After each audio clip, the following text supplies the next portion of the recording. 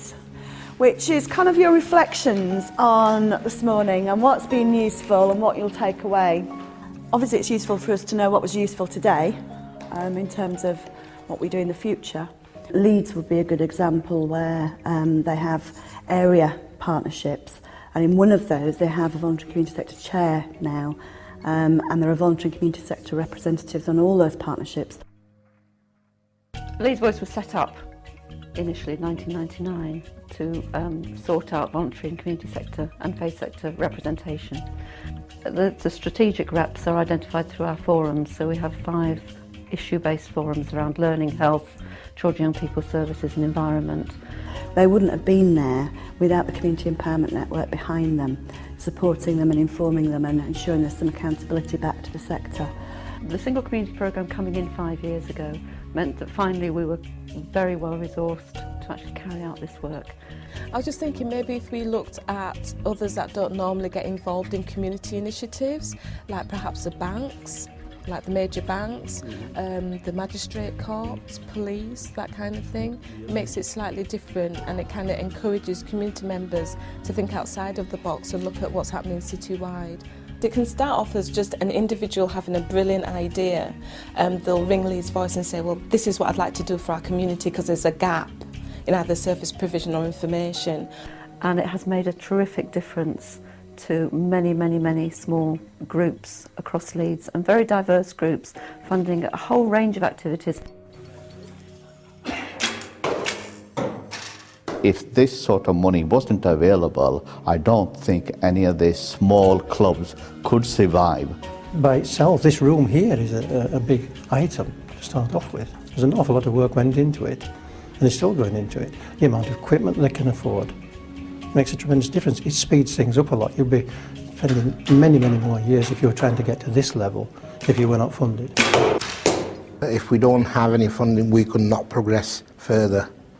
It would be very difficult to get, because parents can only put so much in. It serves more than one purpose. Once we get the youngsters in here and help them through, even in their school homeworks, or give them a bit of tuition on their exams and things like that, it's one way keeping the kids off the street. We don't look at the background, what the kid is, whether it's Asian. Anybody can walk through the doors and achieve, if they really wanted to achieve the top goals. And hopefully in the future we would like to have this as a part of a social enterprise. If people would like to go forward further, any experienced women would like to carry on, they can actually go towards the social enterprise.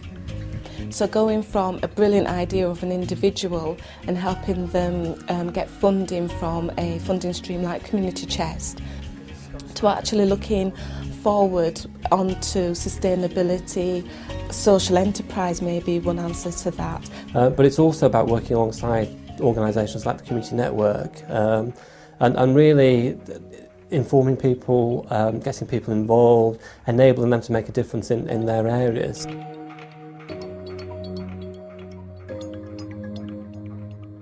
I was saddened in the beginning to be told by my 2 children that the only way they could get activities and any kind of activities was if they got themselves excluded from school. I always remember my daughter telling me at 7 she was a Lambrini girl, and I had a heart attack and thinking, what on earth's a Lambrini girl? And it was she was becoming part of a culture that's all they think they've got to look forward to. Well, there isn't. There's so much more out there. And I was just determined to make that change. Everything we do comes from the community, from the young people, from their ideas and from the parents' ideas. Oh, right, okay. Rachel's coming with me, and then we're actually going to meet you down at Bumps, if that's okay. Now, the whole driving force about that was about something to do in their area for young people. But we've actually sort of got evidence about how antisocial behaviour has dropped, how crime levels have dropped, how those young people are actually attending school more. There's a lot of hidden education, I will say, under what we're doing, and probably the activity is really the carrot.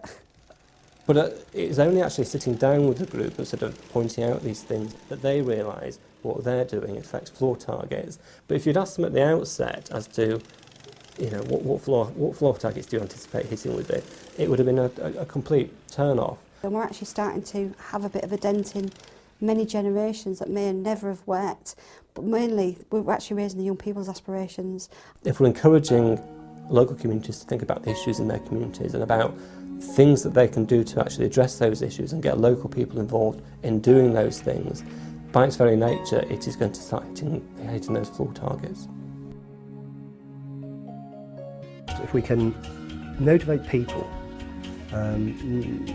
encourage them, help them articulate their ideas and do whatever we can using our mainstream resources to make their vision a reality, then that's got to be worth something. Well, what we must do as strategic agencies is now localise service provision.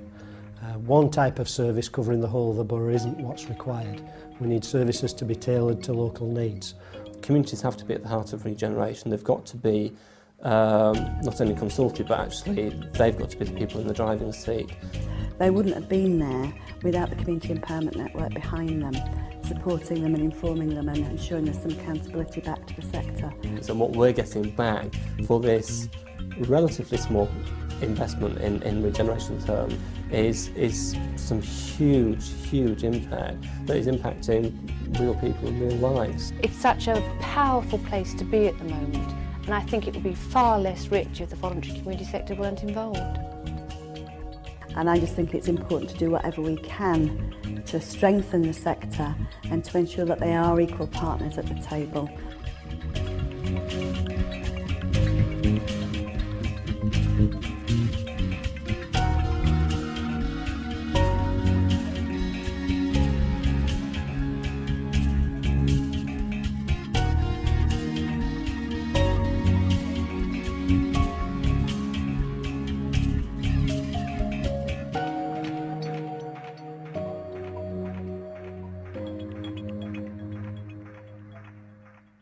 There's a lot of positive activity going on, a lot of voluntary work and many hours of people like myself that are passionate about making a difference and making a step change.